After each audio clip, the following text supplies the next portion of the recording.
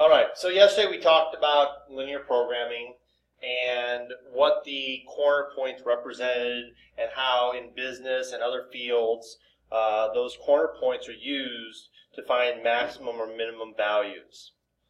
So we're going to take it one step further now and actually step backwards into word problems and build the actual constraints and everything you were given yesterday and go from there. So the methods of linear programming were originally developed between 45 and 55 by American mathematicians to solve problems arising in industry and economic planning. Linear programming is one of the most widespread methods used to solve management and economic problems and has been applied in a variety of situations. So we're going to take a word problem and fill out a table. It's already done for you in the first one, but we're going to do two more. And see how it works. See the structure of it.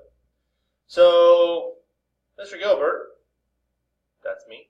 Guess it could be Mr. Gilbert, Greg Gilbert.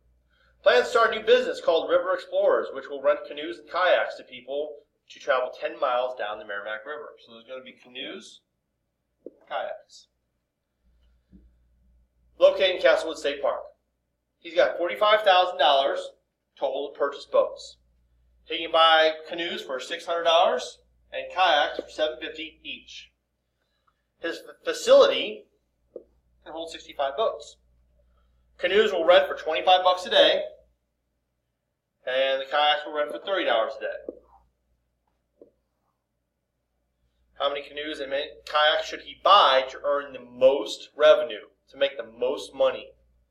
So step one, summarize the information. So once again, just like when we did system of equations in word problems, and we said X was the number of adult tickets and Y was the number of child tickets, same thing. You can make X canoes or kayaks and vice versa for Y. Doesn't matter. In this example, we're going to make canoes X and kayaks Y. You could use C and K if you wanted. That's up to you. Some people like to do that. So just like before, okay, we say we have a number line. Number of canoes, number of kayaks, but this time instead of being equal, it's going to be less than or equal to 65. And that's because up here it says he can only hold 65 boats, canoes or kayaks in the shed. So that is the maximum number. He can have up to and including 65.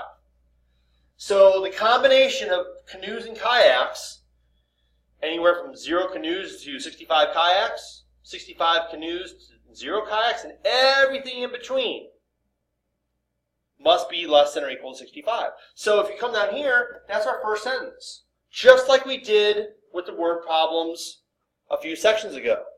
X plus Y less than or equal to 65. Number of canoes, number of kayaks, number total.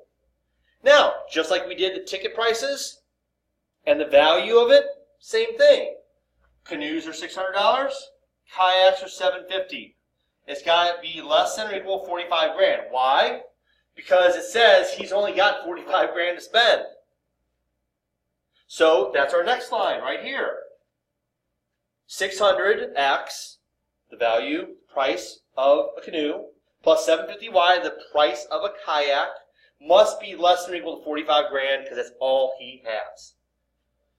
And if you remember yesterday I said whenever you got these two together, it's going to stay in the first quadrant. Well, those are pretty much a given on on these word problems because you can't have a negative number of boats. Okay? So those two are always going to be there. Okay? Then you got to look at the revenue. This is what he's going to charge. This is the charge per boat. Okay? Now some of you might think, oh, well, I must have like 25x plus 30y somewhere. And you're right. Since we're looking to maximize profit, money, that is our objective function. Z, okay, the objective function to maximize value is going to be $25 per canoe and $30 per kayak. Okay? And then you do what we did yesterday, graph these, find the area, the feasible region, and test the corner points. Okay, farm life is the life for me. Farm living. It's from Green Acres TV show, look it up. Ms. Bamer raises only goats and pigs. She wants to raise no more than 16 animals. Okay, so we got goats, pigs, 16 animals. No more than 10 goats, no more. So that means less. Less than or equal to. She'll spend $25 to raise a goat, $75 to raise a pig. And she has $900 total. She wishes to maximize her profits. Each goat produces $12 in profit, and each pig is $40 in profit. This is goat. That's kind of like in the previous problem, the charge per canoe and kayak. So this is right here. Remember, this is going to be our revenue. This is going to be our Z equals. How many of each should she raise? Okay. So once again, let's just pick, and you can use P and G if you wanted to. I'm going to go in order and say this is goats and this is pigs. It's up to you what you want. You could switch them. Okay. Now let's go back and look. Okay. We leave this spot blank, and then we're going to put our labels here, what we're doing. Okay. So that's going to be blank there. And we're going to put goats here. And we're going to put pigs here. Okay? You can jump back and forth on your paper. Now, we have number of votes, cost of each, and revenue. Similar idea. We have number of animals. Okay? So, number of goats, number of pigs, and now remember, we have to have less than or equal, and what's the total number of animals she can have? 16. And that may be on the size of her barn, might be local ordinance, who knows. So I'm just going to come down here and write that first line.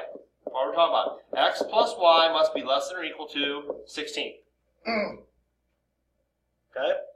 Now, cost per animal. Just like we had cost of each. Okay? So, what is the cost for each goat? Not the revenue, not the profit, but the cost. She spends $25 for a goat, $75 for that pig. And she has $900 to spend, so it's up to and including less than or equal to $900. And then we have our revenue. Oh, so I have to do this line.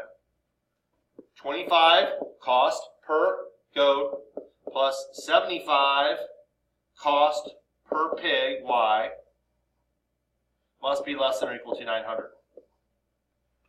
Now the revenue, how much, and then don't forget, we're pretty much going to always have these two because we're going to stay in the first quadrant. And now our constraint.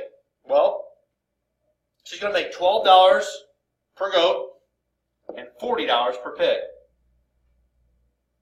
So our constraint is, our objective function is going to be Z equals, I'll forget my numbers again, thank you, 12x plus 40y.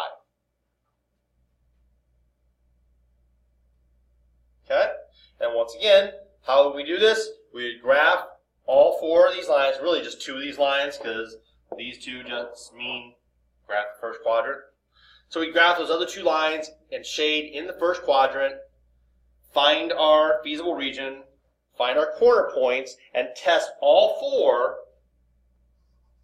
or three, or two, or however many corner points we get in that equation, and find out what is our maximum. So which combination of goats and pigs will get us the most money.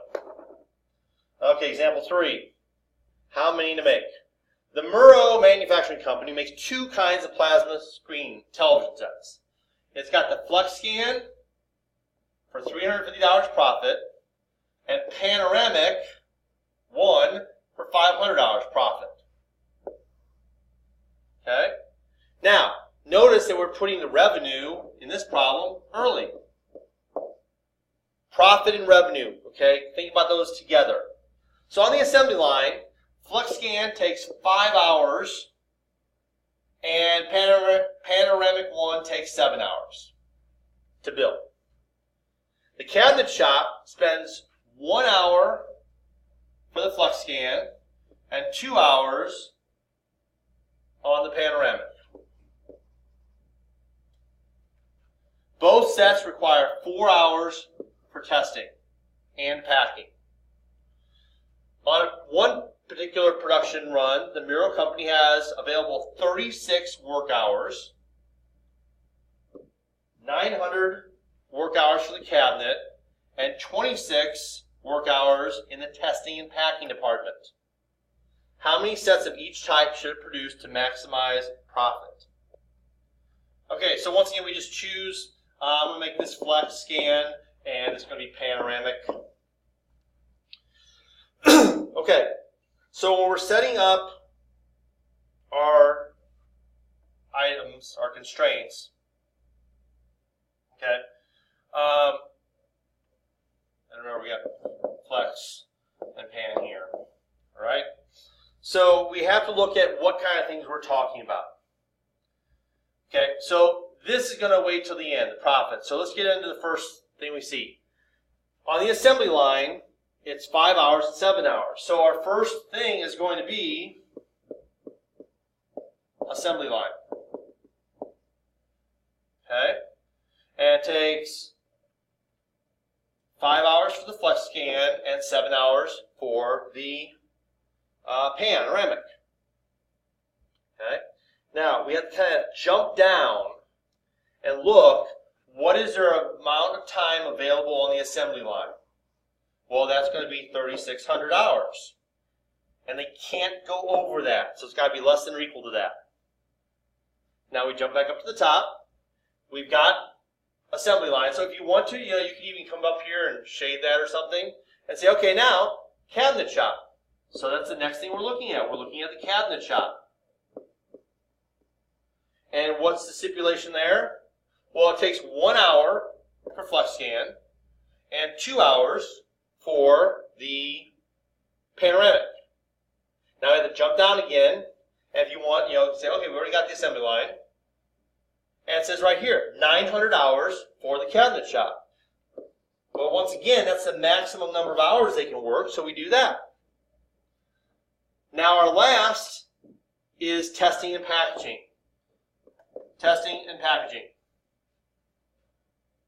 Both require 4 hours. That's going to be the same number. And jump down, how many hours do they have for that? 2,600.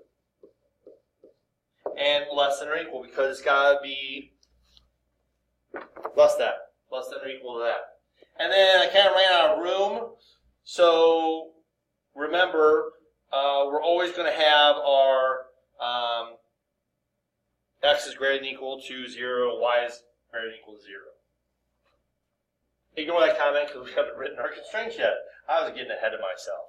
So now we just look at what we got. We have 5x, just fill in the letters. Remember that this is x and this is y. So you can put that up there if you want to remind yourself. And just go with it. 5x plus 7y is less than or equal to 3,600.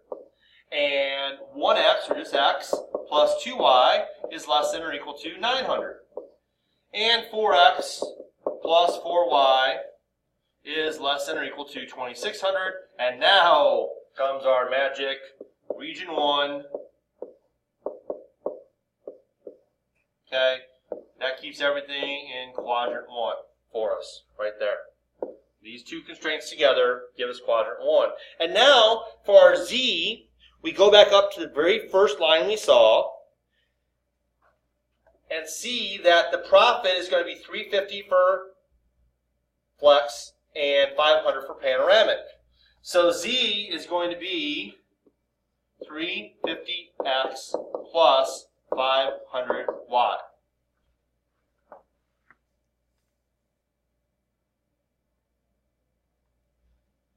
And that's it. Once again, we would graph all these lines, find the corner points, plug them into this equation, and find out which combination of numbers would maximize our profits.